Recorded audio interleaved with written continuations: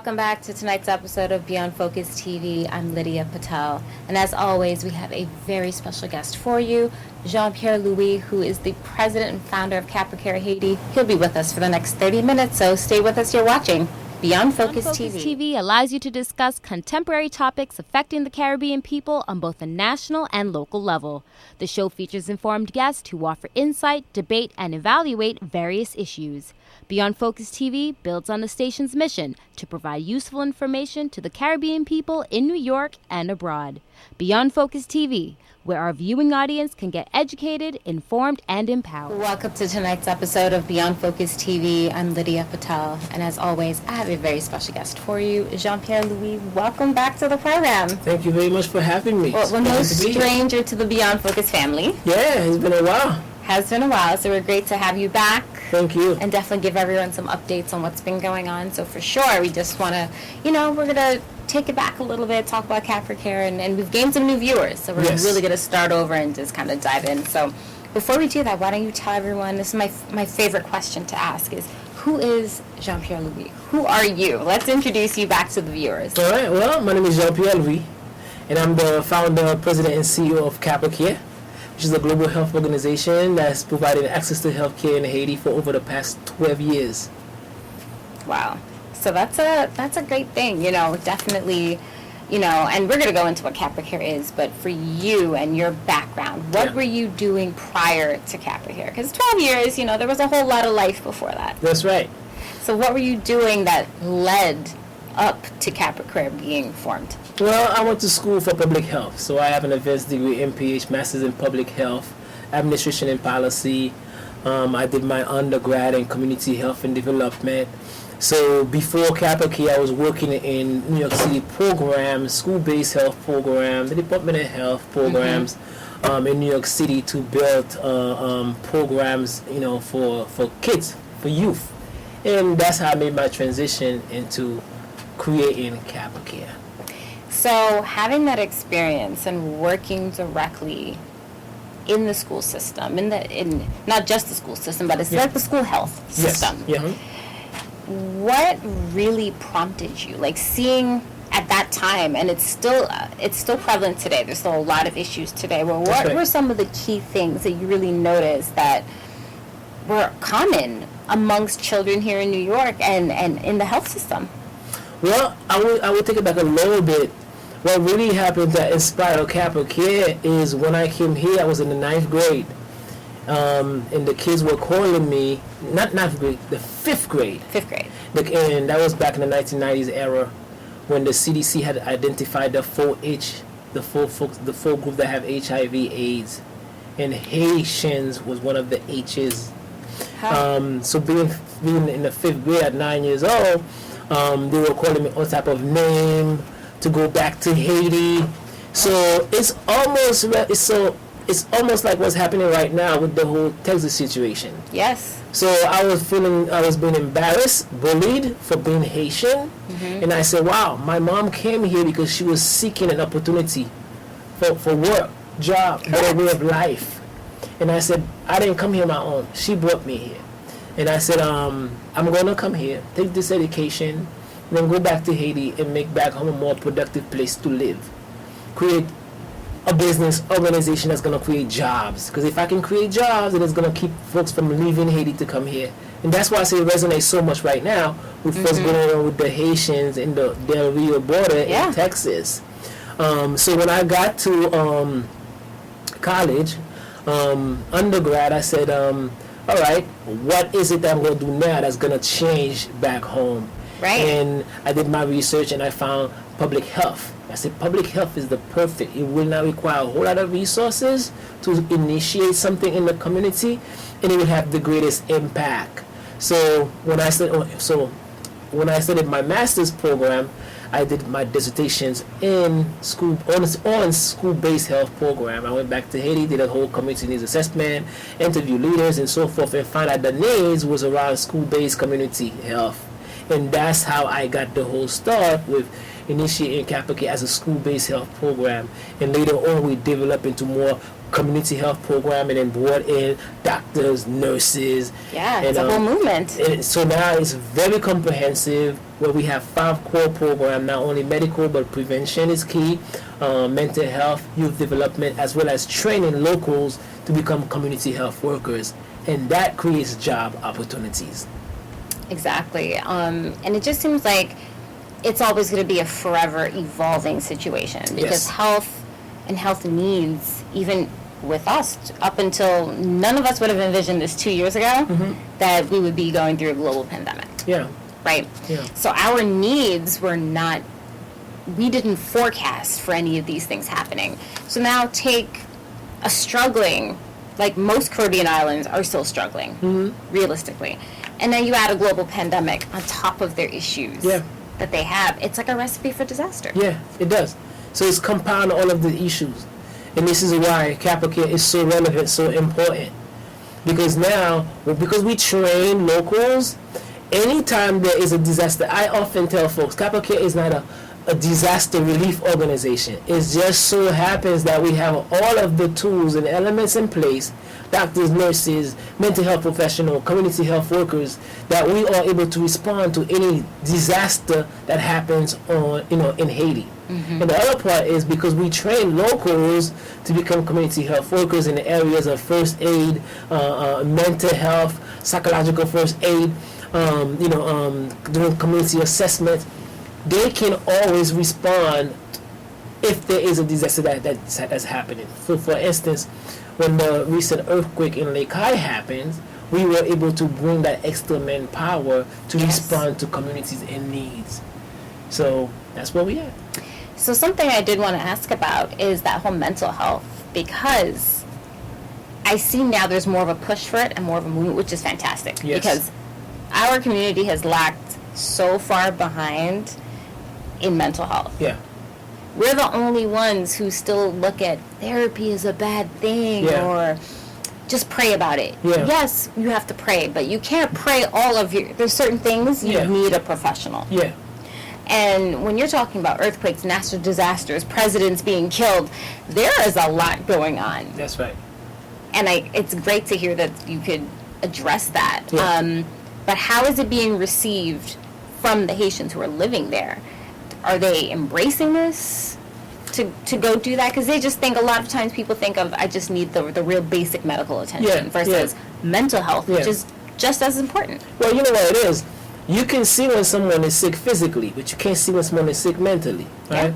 So after the Haiti earthquake, that's when the light bulb went on for a lot of folks in Haiti about mental health. And Capracare is in Lake Hai. We're in a rural area in Lake Hai called Fonfred. So after the Haiti earthquake in 2010, not after, but right when it happened, we mobilized a mental health team to go straight to Fonfred to train locals on how to provide the initial psychological first aid. We spent almost a month of doing that work in that area. So as we did that is how we basically jumpstart our whole mental health program, because folks will come in and say, I'm not crazy, but this is what I experienced. What you experienced? Trauma. You saw, people die from the earthquake. You were survivors of the earthquake. So now you see that you can't sleep. You're afraid of your home because of any shaking, any movement triggers certain. Well, let's hold that thought. We're going to take a quick break, and when we come back, I want to pick back up on that thought. Sure. Stay with us. You're watching Beyond Focus TV. Stay with us.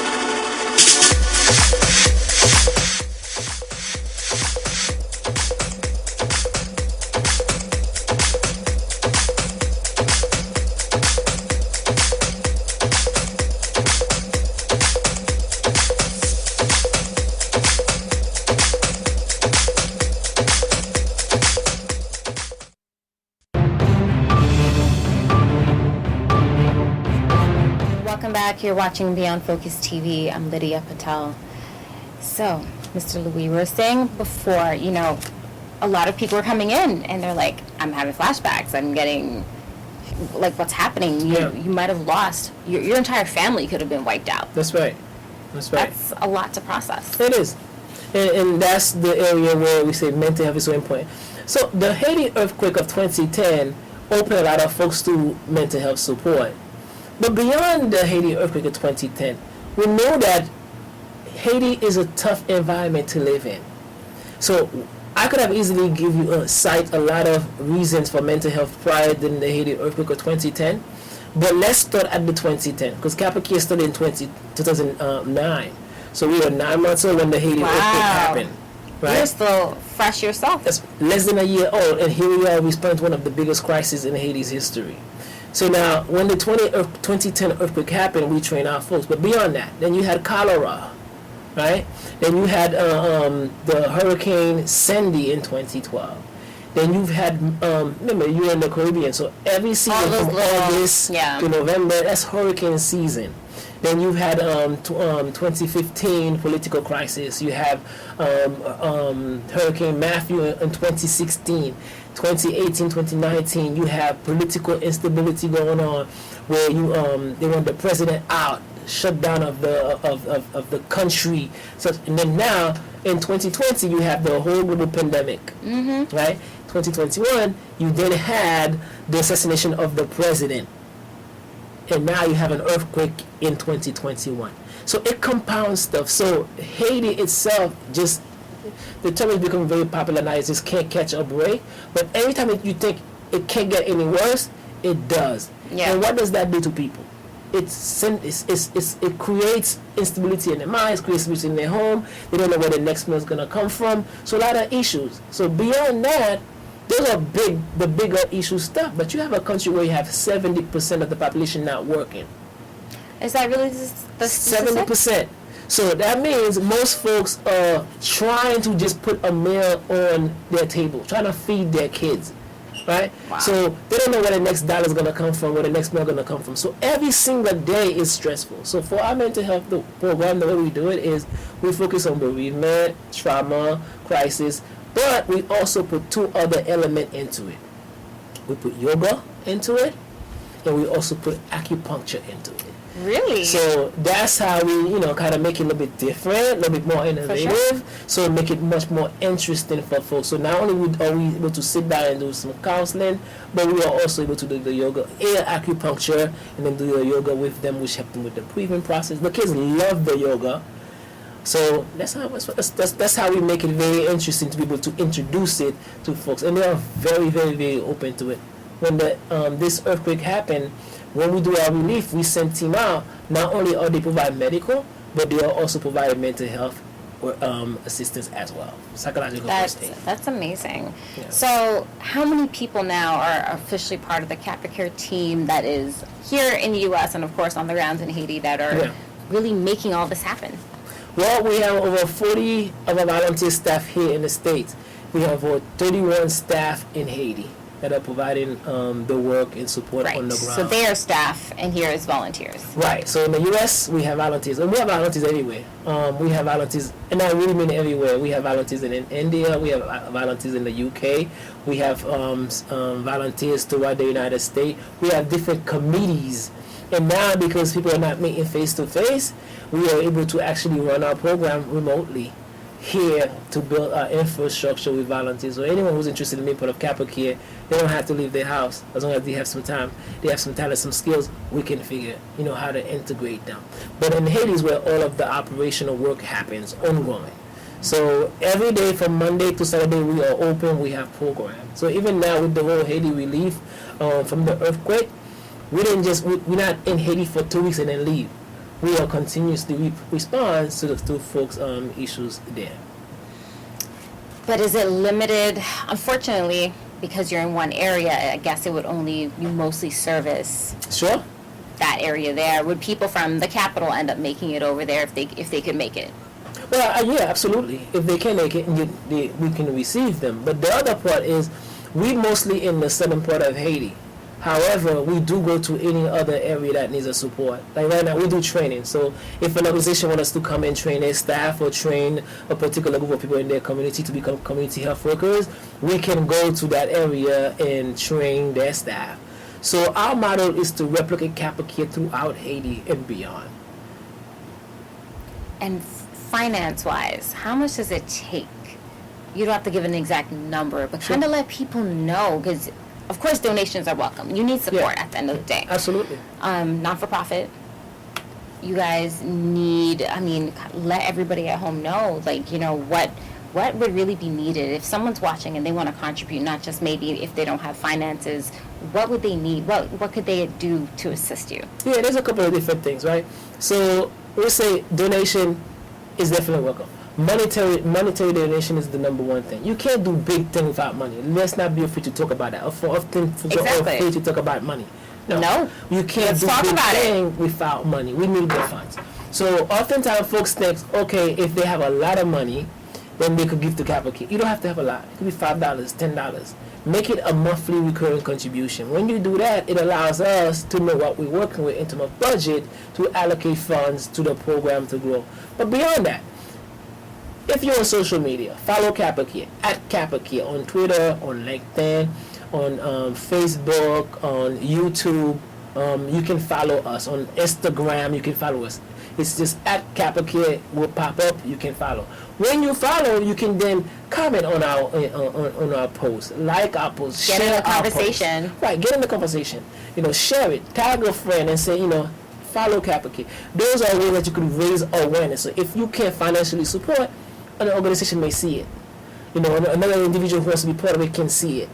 And the other part is if you are in the whatever field that you are in, as long as you're a professional. Of course, if you're a doctor, nurse, or you are into mental health or public health, great, bring those on. But beyond that, if you're in the tech field, right, if you're into social media, if you're into production, you can still be part of Capracare because all of those talents we use, data, research. So you just have to just give us a call. You know, check our website, www.capracare.org, or go on our social media, DM us, say you want to volunteer, or send us an email. info@capracare.org. We'll find a fit for you. No, that's amazing. And definitely at the end of the show, we're really going to do another push and let everybody know it's all going to be all the information at the bottom of the screen. How does that make you feel as the brainchild behind this and the founder to really see 12 years later the movement? Yeah, I will tell you exactly. I am very humbled by this. I receive all the support with a lot of gratitude and humility for the folks who've been following our growth. We were selected by, or endorsed by the mayor's office and the mayor himself as one of 4 programs that's very reputable to actually help with the relief work in Lake High. Hold that thought. We're going to pick back up in just a second. We'll take a quick break. We'll be right back. You're watching Beyond Focus TV. Stay with us.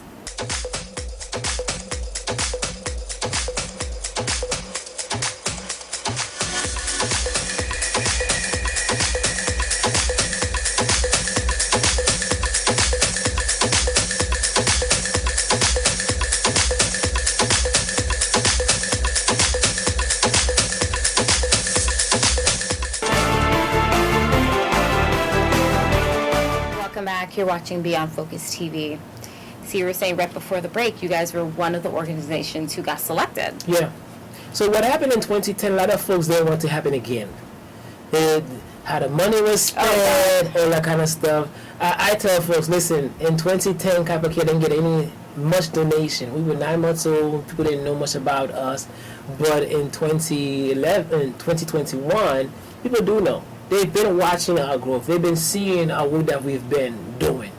So they were selected as one of 4 organizations to be, endorsed and encourage folks to support our work in Haiti. So that was very, I would say, humbling because it did bring a lot of support for us. It allowed us to go to 20 different areas and remote areas in Lake High, Gondas, in the NIPS area that was devastated by the Haiti earthquake, which had no one really coming out there to provide support and relief. So we were out there providing medical services, mental health services.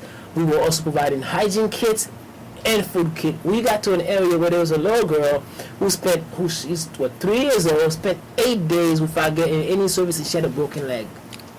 So when our doctors and nurses got there, they were able to stabilize her. There's a lady had a broken hip, the guy had a broken back. 3 of them, beyond just the other folks who come for other services as well, having survived the earthquake, those 3 folks had to be air evac to the hospital for immediate follow-up and surgeries as well.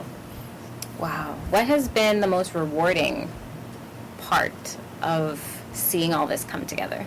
The biggest thing is job creation, and I can't say that enough, because if we can provide more jobs in Haiti for folks, so many young talented individuals in Haiti who are seeking opportunities to work, so many other folks who have experience but just haven't had consistent employment.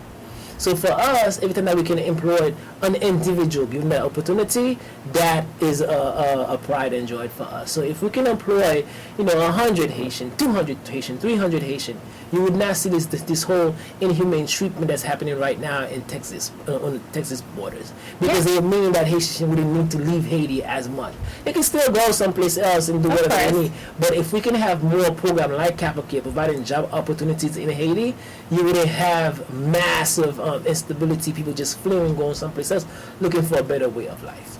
Absolutely. What is the most challenging part? The most challenging part is getting enough people to, support the work, to amplify the work. But I think right now with the, visibility that we've been getting, people are seeing the importance. They're seeing the worth of our work. They're seeing that the impact that we've been making, and they really want to invest and support the work that we are doing. So that's been the most challenging part, but we hope that folks will continue to partner with us and continue to support us so therefore we could make bigger and greater things happen. One of the things that we are working on right now is part of our action plan since Hurricane Matthew in 2016 is to build a comprehensive community health center that also features an emergency, multi-purpose emergency center within it. So when folks lose their homes due to hurricane or earthquake or any natural disaster, Capracare can actually house them right there on site for temporary shelter until they can get back on their feet. So not only can we provide the medical, the mental health, train folks, but we can also provide shelter and support temporarily for them at home locally. That's amazing. Yeah. That is amazing. 2022. We're almost done with 2021. Can you give us some sneak peeks of what 2022 is going to be looking like? We hope to ground break on that health center. We hope that more folks will continue to support Capracare. There'll be a lot of promotion around that initiative, and that folks will want to be part of building something great and lasting in Haiti. So one of our biggest things is to build that health center. We hope that, within 2 years we will build it. It's an estimated budget of almost $2 million to build it. So it may sound like a lot of money, but you have houses in Brooklyn that are worth $2 million. Easy. Right? So now here's a whole health center that's going to change a whole community of 20,000 people and beyond. Mm-hmm. So we hope that some folks who's watching will definitely invest and support Capracare to help make that dream a reality for the Haitian folks. You should have something on your website that shows how close to your goal that you are, to let people know, because that's a big thing, and that's the 2 million mark is not unattainable. Yeah, no, definitely. We hope that somebody who's watching, they say, you know what, I'll donate 25, I'll donate 50K, 25K, 50K. Somebody could write a whole check for $1 million, and we'll make that center happen. So it's that kind of big things. If you want to do things that's going to provide big jobs, imagine you build a whole health center. You know how many employment you're going to create for construction workers who right there in Haiti? That is true, because just getting that approved, it's going to be the construction side, all that, and then once it is, all the health workers, the operational side to keep it going. That's right. Everyone in the community will be involved in this. So it's not just us coming in, pouring money, just make it happen, but everyone will get a chance to be part of this whole mobilizing to build that center. And that's going to provide more opportunities for everybody. And that's where pride, dignity, self-esteem, like, wow, I am part of this movement. I'm part of this development. Absolutely. So that is one of our biggest initiatives that we want to do in 2022. Have you received pushback from the government side? Because there's always red tape. Is there any type of pushback or why they would not want this to happen? Absolutely not. Actually, they've been big supporters of us. So the Ministry of Health have been a big supporter. The local leaders have been a big supporter because they see the impact. And I'm one of their own. I was born in Haiti. I was born in that community. So they know I've been talking with them since 2007, before Capracare started in 2009. So as they watch us grow when we had nothing but a pen and a pad, hosting, training inside the schools, they saw. So they know we are one of those NGO coming in with $10 million budget, and then boom, we put something together in 2 weeks. So and it's that's where I was getting beginning. at, because a lot of people come in with that mentality thinking they could come take over, Yeah. so to speak. You know, they don't, that the people are kind of removed from the process. Right. This is homegrown. This is very organic. This is organic. natural. 100% them. And it's all of them who's leading. So even when the earthquake happened, we didn't bring a mission team to Haiti. I didn't even go to Haiti. I could have easily go to Haiti. I didn't go to Haiti. I stay here because they got it. They can do it. And folks wanted to go to volunteer. I said, well, but what are you going to do? Even if you're a doctor or a nurse, there's plenty of doctors and nurses in Haiti right now who could be working to help their own folks. So you have an earthquake, where's the housing going to be? Now, we could have housed people, but give these folks on the ground that chance to respond. So instead of you paying that plane ticket for $600-$700, we could take that money and employ a nurse. We could take that money and employ a doctor. They already live there. They already speak the language. They know the terrain already. It's much more easier. You know, when people respond to disaster relief, it's not a gig. This is serious stuff. It is. You know, and to experience that level of what's going on, no, we let them do the work. So we were very fortunate to have supporters who believe in them, and they just help us to amplify. So we had multiple teams going to remote areas to provide the services. Well, thank you so much. We're out of time, but I want to thank you again. We're looking forward to having you back, and when that center is open, we will definitely have you back. Thank you so much. Always. And if you have any questions or comments, you can send us an email at info@beyondfocusmedia.com. I'm your host, Lydia Patel. Thank you so much for joining us, and we'll be back again next week. Same time, same place. You're watching Beyond Focus TV. Stay with us. Beyond Focus TV show wants and needs your feedback. Did we blunder? Please let us know so we can improve. Was the show helpful to you? Drop us a note so we can share the success with our staff members. Is there something you think we could do better? We welcome new ideas and new approaches to old ideas. Do you have a great suggestion? Let us know and we'll work on it. If you would like to share your comments anonymously, please send us an email at info@beyondfocusmedia.com. If you want to get in touch with the executive producer directly, send him an email at gene@beyondfocusmedia.com. We really look forward to hearing from you.